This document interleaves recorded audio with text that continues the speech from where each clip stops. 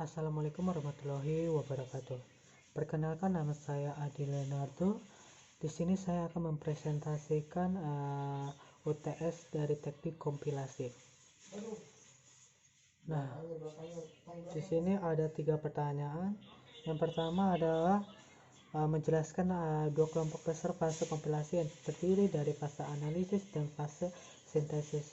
Yang kedua adalah menjelaskan fase-fase proses pada sebuah kompilasi, yang ada penganalisa leksikal, penganalisa sintaks, penganalisa semantik, pembangkit kode antara, pengoptimal kode, pembangkit kode. Dan yang ketiga adalah menjelaskan mini compiler yang telah dibuat dan menjelaskannya dan memiliki 3 bahasa yang bisa diinput. Nah, di sini saya langsung menjelaskan terlebih dahulu. Nah, yang pertama adalah dua kelompok besar proses kompilasi. Yang dua kelompok besar ada analisa dan sintesa. Analisa adalah program sumber dipecah-pecah dan dibentuk menjadi bentuk antara atau intermediate representation. Di sini analisa ada 3 bagian, yaitu adalah leksikal, semantik, dan sintaksis. Yang kedua ada sintesa, adalah membangun program sasaran yang diinginkan dari bentuk antara. Di sini sintesa menjadi 3 juga. Ada pembangkit kode antara, pengoptimal kode, dan pembangkit kode. Nah, di sini saya akan menjelaskan terlebih dahulu penganalisa leksikal. Penganalisa leksikal adalah membaca program sumber karakter demi karakter mengacu pada pola ketentuan dalam bahasa sumber. Tiap token yang dihasilkan dan disimpan ke dalam tabel simbol karakter yang tidak mengikuti pola akan dilaporkan sebagai tidak dikenal. Yang kedua ada penganalisa sintaksis, menganalisa kesesuaian pola deretan token dengan aturan yang ditentukan dalam bahasa sumber atau pembaris. Yang ketiga ada penganalisa semantik, memeriksa token dan ekspresi dari batasan yang ditetapkan. Contoh, panjang maksimum identifier 8 karakter. Yang kedua ada ekspresi tunggal 80 karakter, dan selanjutnya nilai dibilang bulat minus 32768 sampai 32767. Nah, di sini ada dua kelompok sintesa, yaitu adalah pembangkit kode antara, adalah membangkitkan kode ke antara berdasarkan pohon parsi, selanjutnya diterjemahkan oleh waktu penerjemah berdasarkan sintaksisnya. Nah, yang kedua adalah pengoptimal kode, melakukan optimasi atau penghematan space dan waktu komputasi jika mungkin terhadap kode antara. Yang ketiga ada pembangkit kode, membangkitkan kode dalam bahasa target tertentu, misalnya bahasa mesin. Nah, di sini ada penanganan kesalahan. Kesalahan leksikal ada kesalahan dalam mengetik atau mengejek. Contoh, dan dituliskan TEN atau THN. Nah, yang kedua adalah kesalahan sintaks, kesalahan dalam operasi aritmatika dengan tanda kurung yang jumlahnya kurang. Contoh, A titik 2 sama dengan X plus B kali C plus D. Seharusnya ada tutup kurung setelah tutup kurung dari D. Nah, yang ketiga ada kesalahan semantik. Tipe data yang salah, contoh integer C titik koma C sama dengan 1,5 kali 0,78. Tipe data salah adalah yang di C titik koma. Nah, selanjutnya variabel belum didefinisikan. Contoh B titik 2 sama dengan B plus 1, tetapi B belum didefinisikan. Nah, di sini biar lebih jelas saya akan mencontohkannya. Nah, di sini ada kode yang tugas satu yang sudah saya kerjakan, yang teknik kompilasi. Di sini adalah kode-kodenya. Nah, kesalahan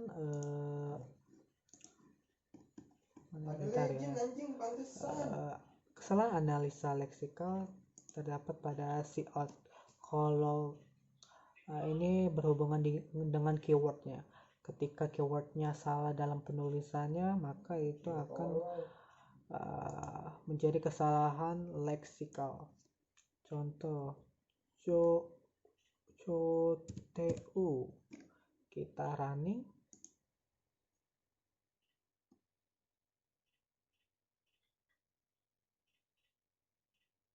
Tunggu sebentar. Nah, ini akan menjadi permasalahan ya. Ini adalah kesalahan pada leksikal. Nah, sekarang adalah kesalahan pada semantik. Kesalahannya adalah pada tipe data. Tipe datanya ketika integernya yang dibayar, ini kesalahan. INT kalau kita ganti jadi ITM, dan juga variabel ketika variabelnya salah dalam penulisan dan tulisan di integernya dibayar tapi di pemanggilannya diayar, itu salah juga. Itu adalah kesalahan pada semantik. Nah, kesalahan sintaksis adalah kesalahan pada titik 2 atau titik koma. Nah, itu kesalahannya. Nah, saya akan menjelaskan yang pertanyaan ketiga adalah mini compiler. Di sini saya sudah mendapat mini compiler dari teman kita, saudara kita. Saya hanya mengedit saja. Nah, di sini adalah mini compiler ya.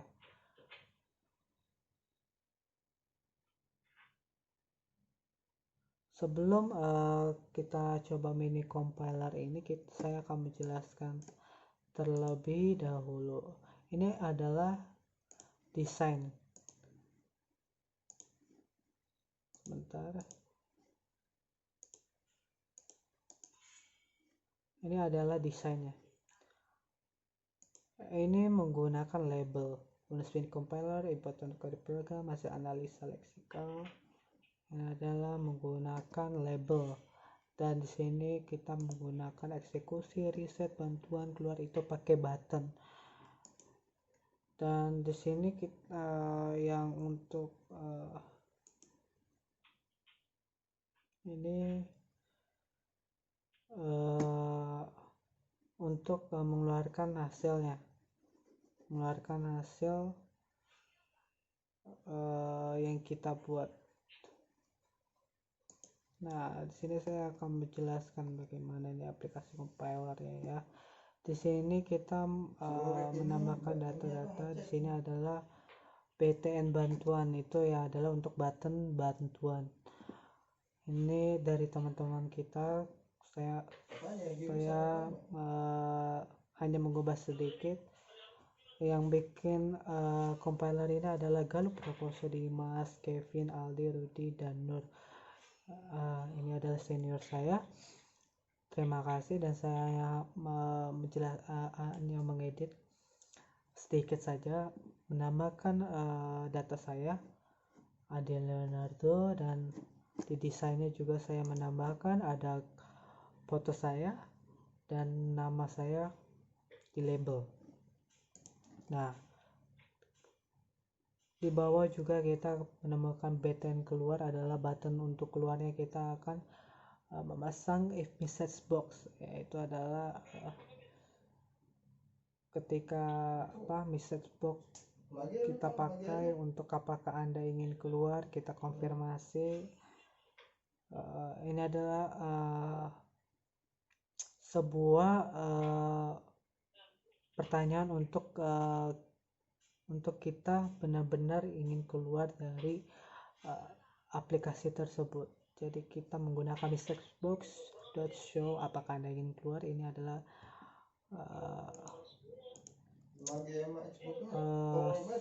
menambahkan sebuah pertanyaan. Nah, di sini ada void pattern reset. Kita akan meriset semuanya ketika kita sudah menyelesaikannya. Nah, pattern eksekusi kita ya ini. Ketika kita memasukkan kode program kita di aplikasi ini, maka kita harus memakai pattern eksekusi. Nah, di sini ada pattern eksekusi. Kita membuat kode programnya. Di sini kita pakai for if karena ada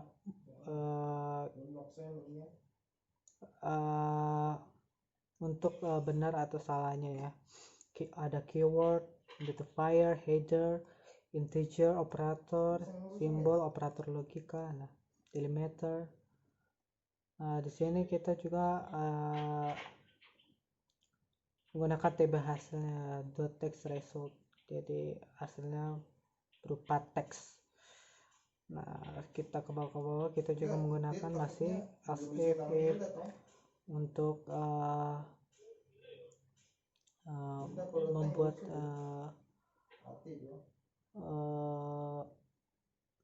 hasil eksekusinya. Nah, di sini kita menambahkan string, yaitu adalah untuk membuat bagaimana kita mengidentifikasi bagaimana variabel-variabel tersebut ya yang ingin kita masukkan untuk hasil dari eksekusi tersebut ya.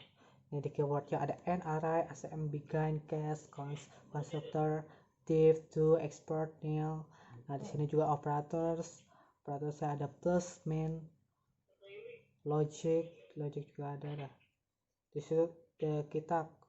situ kita membuat string. Nah, di sini juga ada kita pakai boolean karena ada kita gunakannya karena membuat untuk dua kemungkinan ya. Jadi kita ada keyword integer, kita masukin juga sesuai dengan yang kita butuhkan ya, operator, header. Nah, sampai selesai. Dan ini adalah picture box. Nah, karena picture box itu adalah gambar atau foto yang kita masukkan. Nah, kita langsung saja kita menggunakan UNESCO mini compiler. Nah, di sini saya juga sudah sediakan.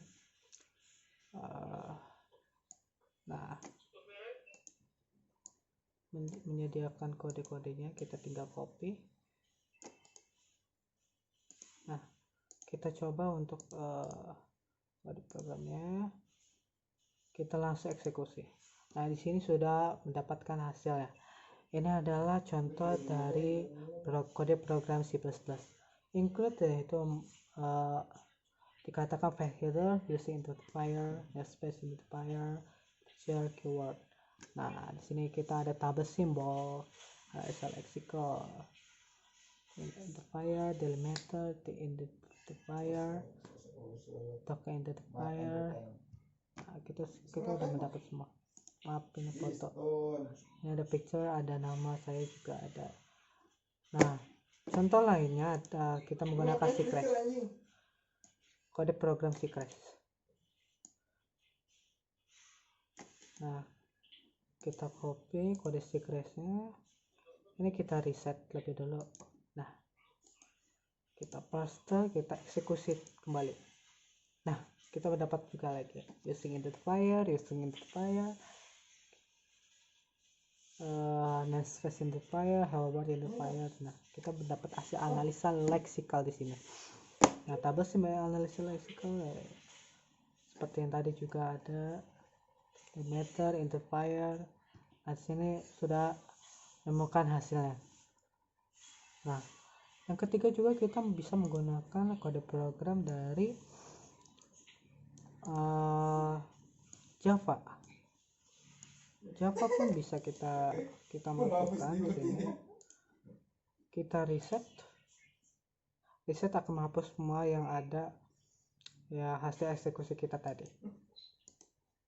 Nah, kita eksekusi kembali. Ini adalah hasil dari kode Java. Nah, kode Java pun kita masih bisa untuk melihat bagaimana ada class identifier, wordnya identifier, itu. Jadi eksekusinya benar-benar pas untuk asal analisa leksikalnya. Nah, seperti itu aja yang saya presentasikannya. Kalau kurang lebihnya mohon maaf. Wassalamualaikum warahmatullahi wabarakatuh.